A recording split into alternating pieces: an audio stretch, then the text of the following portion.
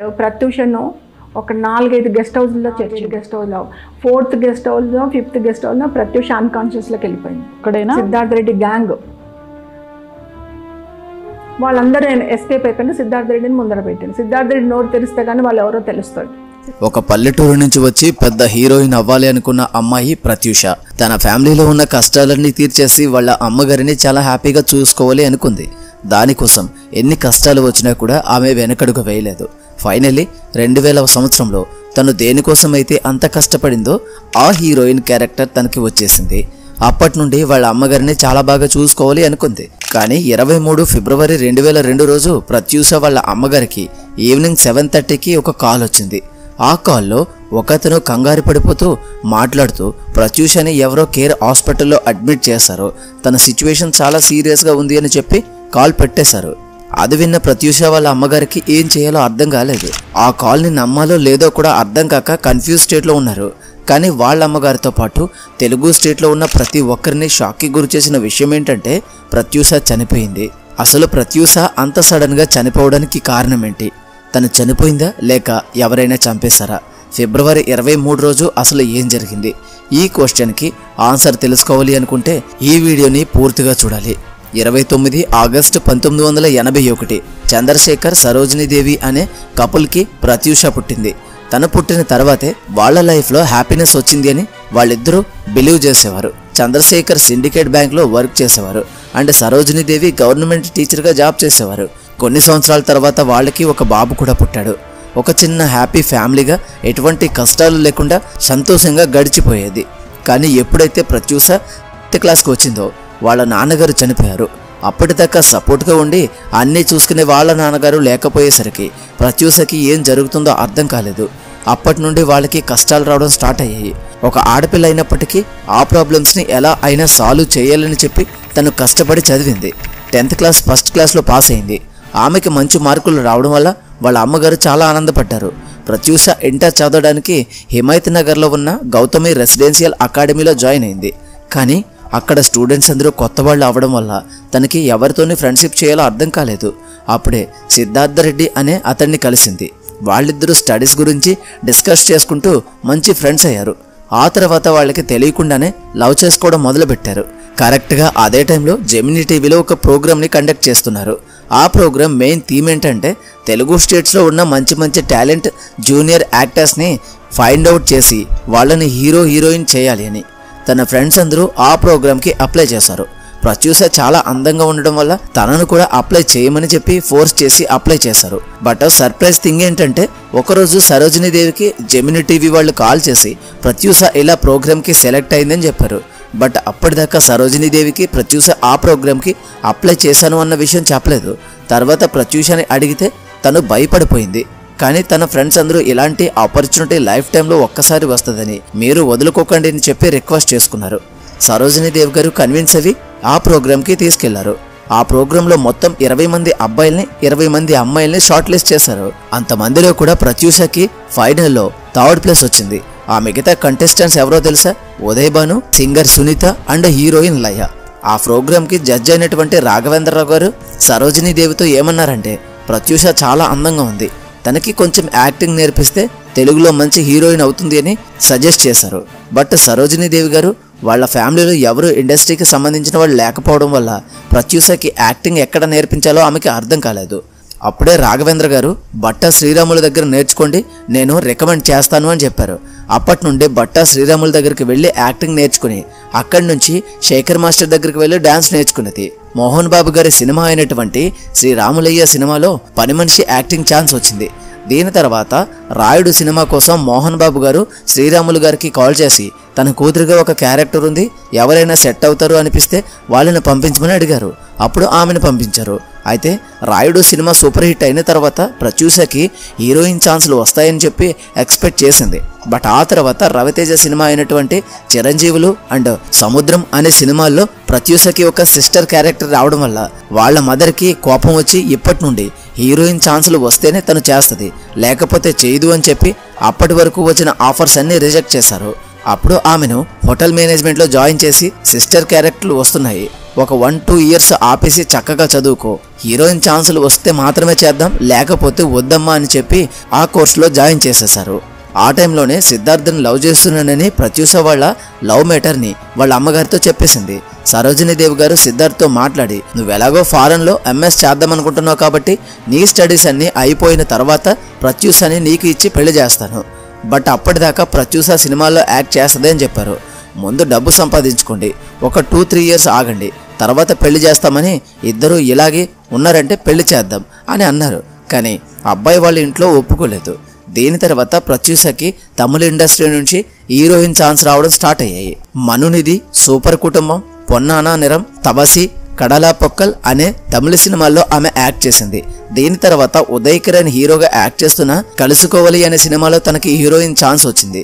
ఇలా ఒకదాని తర్వాత ఒక మూవీ ఆఫర్స్ రావడం వల్ల తాను చాలా బిజీ అయిపోయింది. ఈ ప్రాసెస్లోనే సిద్ధార్థ్ వాళ్ళ ఇంట్లో ప్రత్యూషని లవ్ చేస్తున్నట్లు చెప్పేశాడు. బట్ వాళ్ళ ఇంట్లో ఒక హీరోయిన్కి ఇచ్చి పెళ్లి చేయమని చెప్పేసరికి సిద్ధార్థ్ చాలా హర్ట్ అయ్యాడు. జస్ట్ ఫ్యూ డేస్ బ్యాకే తను రెస్ట్ తీసుకోవడానికి ఇంటికి వచ్చింది. కానీ తను పూర్తిగా రెస్ట్ తీసుకోకుండా కన్నడ మూవీలో హీరోయిన్గా యాక్ట్ చేయడానికి 24 ఫిబ్రవరి 2002 రోజున రమ్మని కాల్ వచ్చింది. ప్రత్యూష వాళ్ళ అమ్మగారు కన్నడ షూటింగ్ అయిపోయిన తర్వాత అటునుంచి అటు చెన్నై వెళ్ళి అక్కడ షూటింగ్స్ అటెండ్ అయ్యేలా ప్లాన్ చేశారు.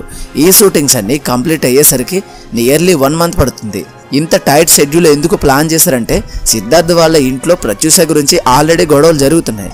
ఆ టైంలో సిద్ధార్థ్ ప్రత్యూషని కలిస్తే తన మైండ్ ఎక్కడ స్పాయిల్ అయిపోతుందేమో అని చెప్పి ఆవిడే ఇలా ప్లాన్ చేయడం జరిగింది. కానీ ఫిబ్రవరి 23 రోజు ప్రత్యూష తీసుకున్న ఒక రాంగ్ డిసిషన్ వల్ల ఆమె చనిపోయింది. కోర్టు పాయింట్ ఆఫ్ వ్యూలో అసలు 23 రోజు ఏం జరిగిందో ఇన్ డీటెయిల్గా చెప్తాను చూడండి. ఆ రోజు మార్నింగ్ వాళ్ళ అమ్మగారితో కలిసి గుడికి వెళ్ళొచ్చేసింది. వాళ్ళు మధ్యాహ్నం ఇంటికి వచ్చేసిన తర్వాత భోజనం తినేసి తన పెద్దనాన్న కూతురైనటువంటి సిరితో కలిసి అరౌండ్ 4 o'clockకి పంజాగుట్టలోని ఫెరీస్ బ్యూటీ పార్లర్కి వెళ్ళి కంటికి ట్రీట్మెంట్ చేయించుకుందాం అనుకుంది. అక్కడి నుంచి రిటర్న్ అయ్యేటప్పుడు నెక్స్ట్ డే మార్నింగ్ ఎలాగో బెంగళూరు వెళ్లే ప్లాన్ ఉంది కాబట్టి బేగంపేట ఎయిర్పోర్ట్కి వెళ్ళి టికెట్స్ తీసుకొచ్చేస్తా అని కూడా చెప్పింది. బ్యూటీ పార్లర్కి వెళ్ళిన తర్వాత ప్రత్యూష లోపలికి వెళ్ళి ఫేషియల్ చేయించుకుంది. అయితే అదే టైంలో సిద్ధార్థ్ పార్లర్కి వచ్చాడు. బయట లాబీలో ఉన్న సిరితో కొంచెం సేపు మాట్లాడిన తర్వాత తన ఫేషియల్ కంప్లీట్ చేసుకుని బయటకు వచ్చింది. మళ్ళీ నెక్స్ట్ 1 మంత్ వరకు వాళ్ళు కలవడం కుదరదు కాబట్టి మేము సిద్ధార్థ్ కార్లో కొంచెం సేపు బయటకు వెళ్ళి వస్తాము, అప్పట్లోగా నువ్వు ట్రీట్మెంట్ కంప్లీట్ చేయించుకో అని సిరితో చెప్పి వాళ్ళిద్దరూ బయలుదేరారు. అలా వాళ్ళు కార్లో మాట్లాడుకుంటూ వెళ్తున్నారు. టైం అరౌండ్ 6:30కి వాళ్ళ అమ్మగారికి కాల్ చేసి డైరెక్టర్ తేజ గారు జయ మూవీలో హీరోయిన్ రోల్ కోసం డిస్కస్ చేయడానికి ఆయన ఆఫీస్కి రమ్మన్నారు. నేను అక్కడికి వెళ్ళేసి వస్తాను అని చెప్పింది. సిద్ధార్థ్ వాళ్ళ ఇంట్లో వీళ్ళిద్దరి పెళ్లి గురించి ఆల్రెడీ గొడవలు జరుగుతున్నాయి కాబట్టి తను చాలా డిస్టర్బ్గా ఉన్నాడు. ప్రత్యూషతో మనం చాలా త్వరగా పెళ్లి చేసుకుందామని రిక్వెస్ట్ చేస్తున్నాడు.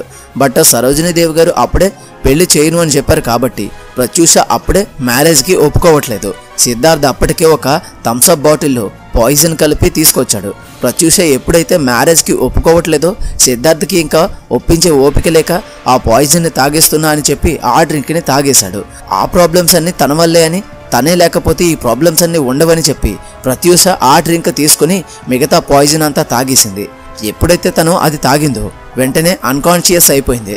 అయితే ఇక్కడ షాకింగ్ విషయం ఏంటంటే వీళ్ళని హాస్పిటల్ వాళ్ళు జాయిన్ చేసుకోలేదు.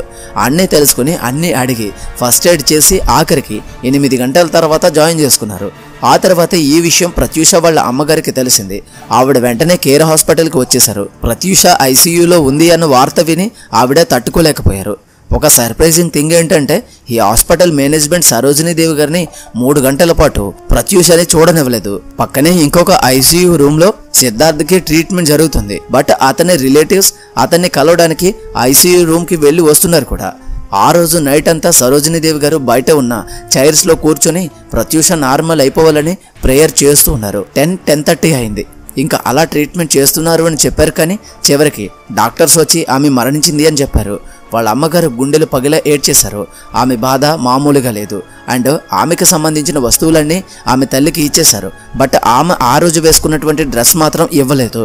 దీని తర్వాత సిద్ధార్థ్ రెడ్డి మర్డర్ చేశాడని 6 years వరకు జైలు శిక్ష ఇవ్వడం జరిగింది. అయితే నేను ఇప్పటిదాకా ఏదైతే స్టోరీ చెప్పానో ఇదంతా కోర్టులో పోలీసులు, డాక్టర్స్ అండ్ సిద్ధార్థ్ చెప్పి క్లెయిమ్ చేసుకున్న విషయాలు. కానీ ఈ కేసులో చాలా వరకు పాయింట్స్ ఇప్పటికీ మిస్టరీగానే ఉన్నాయి. ఎప్పుడైతే ప్రత్యూష పెద్ద పెద్ద హీరోస్తో యాక్ట్ చేసేదో సిద్ధార్థ్కి జలసి రావడం స్టార్ట్ అయింది. తన ఫ్రెండ్స్తో కలిసి 23 రోజులు ప్రత్యూషని ప్రచారం చేసినట్లు ప్రత్యూష వాళ్ళ మదర్ అలిగేషన్స్ వేశారు. ప్రత్యూషకి మునిస్వామి అనే senior most doctor post mortem చేసి తర్వాత ఆ పోస్ట్ మార్టం రిపోర్ట్లోని క్లియర్ కట్గా మెన్షన్ చేసి ఉంది ప్రత్యూష పైన ప్రచారం జరిగింది అండ్ ఆమెను చాలా దారుణంగా కొట్టడం కూడా జరిగింది అని 7 సెలెక్టెడ్ ఫ్రమ్ విజయనా for grouping and DNA fingerprinting అని రాశాడు. ఇక్కడ ఒకరికంటే ఎక్కువ మంది ఆమె మీద ప్రచారం జరిపినట్లు వచ్చింది. కానీ ఈ పోస్ట్ మార్టం రిపోర్ట్ని ఎలా చేంజ్ చేశారంటే అసలు ఆ పోస్ట్ మార్టం మునిస్వామి చేయలేదు, ఒక అసిస్టెంట్తో చేయించారు అని. సో దాన్ని కన్సిడర్ చేయకుండా వేరొక పోస్ట్ మార్టం రిపోర్ట్ని తయారు చేయించారు. ఎన్నో కేసుల్లో రాజకీయ నాయకులు రాజకీయాలు ప్రవేశించి ఆ కేసులను దారుణంగా మార్చేస్తూ ఉంటారు. అలానే ఈ కేసులో కూడా ఇన్వాల్వ్ అవడం జరిగింది. కేసు అయితే దాన్ని ఆత్మహత్యగా చిత్రీకరించడం చేశారు. కేర్ హాస్పిటల్లో వాళ్ళు ప్రత్యూష వేసుకున్న డ్రెస్ని ఇన్వెస్టిగేషన్ ప్రాసెస్లో రానివ్వకుండా చేయడానికి ఆ డ్రెస్ని కాల్ చేశారు. ప్రత్యూష మీద ఇలా జరిగిందని పోలీస్ కంప్లైంట్ ఇవ్వడానికి వెళ్తే యాక్సెప్ట్ చేయడానికి రెడీగా లేరు అని డాక్టర్ నారాయణ రెడ్డి గారు ఒక ఇంటర్వ్యూలో చెప్పారు. ఒక షాకింగ్ థింగ్ ఏంటంటే కొన్ని ఇయర్స్ తర్వాత డాక్టర్ మునిస్వామి కూడా ఒక రోడ్ యాక్సిడెంట్లో సస్పీషియస్గా చనిపోయారు. సిద్ధార్థ్కి టోటల్గా 6 సంవత్సరాలు జైలు శిక్ష వేసిన తర్వాత తను మళ్ళీ రీఅపీల్ చేస్తే దానిని 2 సంవత్సరాలకే తగ్గించేశారు. ఈ కేసులో నాకు రైజ్ అయిన క్వశ్చన్స్ ఏంటంటే వితౌట్ పర్మిషన్ ఆ డ్రెస్ని ఎందుకు కాల్ చేశారు, ఇనీషియల్గా పోలీసులు ఆ కంప్లైంట్ని ఎందుకు తీసుకోలేదు, ఎయిమ్స్ డాక్టర్ ఇచ్చిన రిపోర్ట్ని ఎందుకు కన్సిడర్లోనికి తీసుకోలేదు, కేర్ హాస్పిటల్లోని సరోజినీ దేవి గారిని 3 గంటల సేపు ప్రత్యూషని చూడనివ్వకుండా ఎందుకు చేశారు, ఆ టైంలో గవర్నమెంట్లో ఉన్న టీడీపీ పార్టీ సిద్ధార్థ్కి సపోర్ట్గా ఈ కేసును మ్యానిపులేట్ చేశారా? ఈ క్వశ్చన్స్ అన్నిటికీ ఆన్సర్ ఇప్పటికీ మిస్టరీగానే మిగిలిపోయాయి. 22 సంవత్సరాలుగా న్యాయం కోసం ఫైట్ చేస్తున్న సరోజినీ దేవి గారికి కన్నీళ్లు తప్పించి న్యాయం దొరకలేదు. అప్పుడు ప్రభుత్వం అయినటువంటి చంద్రబాబు నాయుడు గారు బాహాటంగా ప్రకటించారు తెలుగుదేశం పార్టీ హయాంలో ఏ మహిళకు కూడా ఏ అమ్మాయికి కూడా అన్యాయం జరగలేదు అని. దానితో ప్రత్యూష అమ్మగారు బాధపడుతూ ఇలా అంది, న్యాయం జరిగి ఉంటే చెప్పండి అని చెప్పేసి అంటున్నారు కదా. ఒకటి అడుగుతున్నానండి, దమ్ముంటే ఫస్ట్ ప్రత్యూషకి న్యాయం చేయండి. నీ హయాంలో జరిగింది కాబట్టి ప్రత్యూషకి న్యాయం చేసిన తర్వాత ఇంకొక అమ్మాయికి న్యాయం చేయమని అడుగుతున్నాను. మీ హయాంలో జరిగిన వాటికి నువ్వు చప్పుడు చేయవు, నీ హయాంలో జరిగిన వాటికి నువ్వు ఏమీ అడగవు, ఏమీ చేయవు, వాళ్ళని గాలికి వదిలిపెట్టావు. ఇంకొక అమ్మాయికి అన్యాయం జరిగిందని చెప్పి ముందుకు వస్తున్నావు. ఎంతవరకు ఇది న్యాయం? అమ్మాయిలకి న్యాయం చేయొద్దు అని చెప్పట్లేదు, అమ్మాయిలకు న్యాయం చెయ్యి.